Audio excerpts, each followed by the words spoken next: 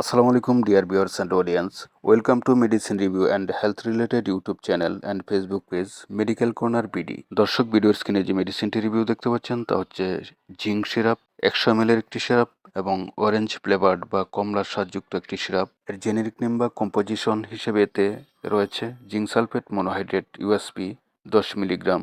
Zinc সিরাপটি marketing করেছে Escape pharmaceuticals limited.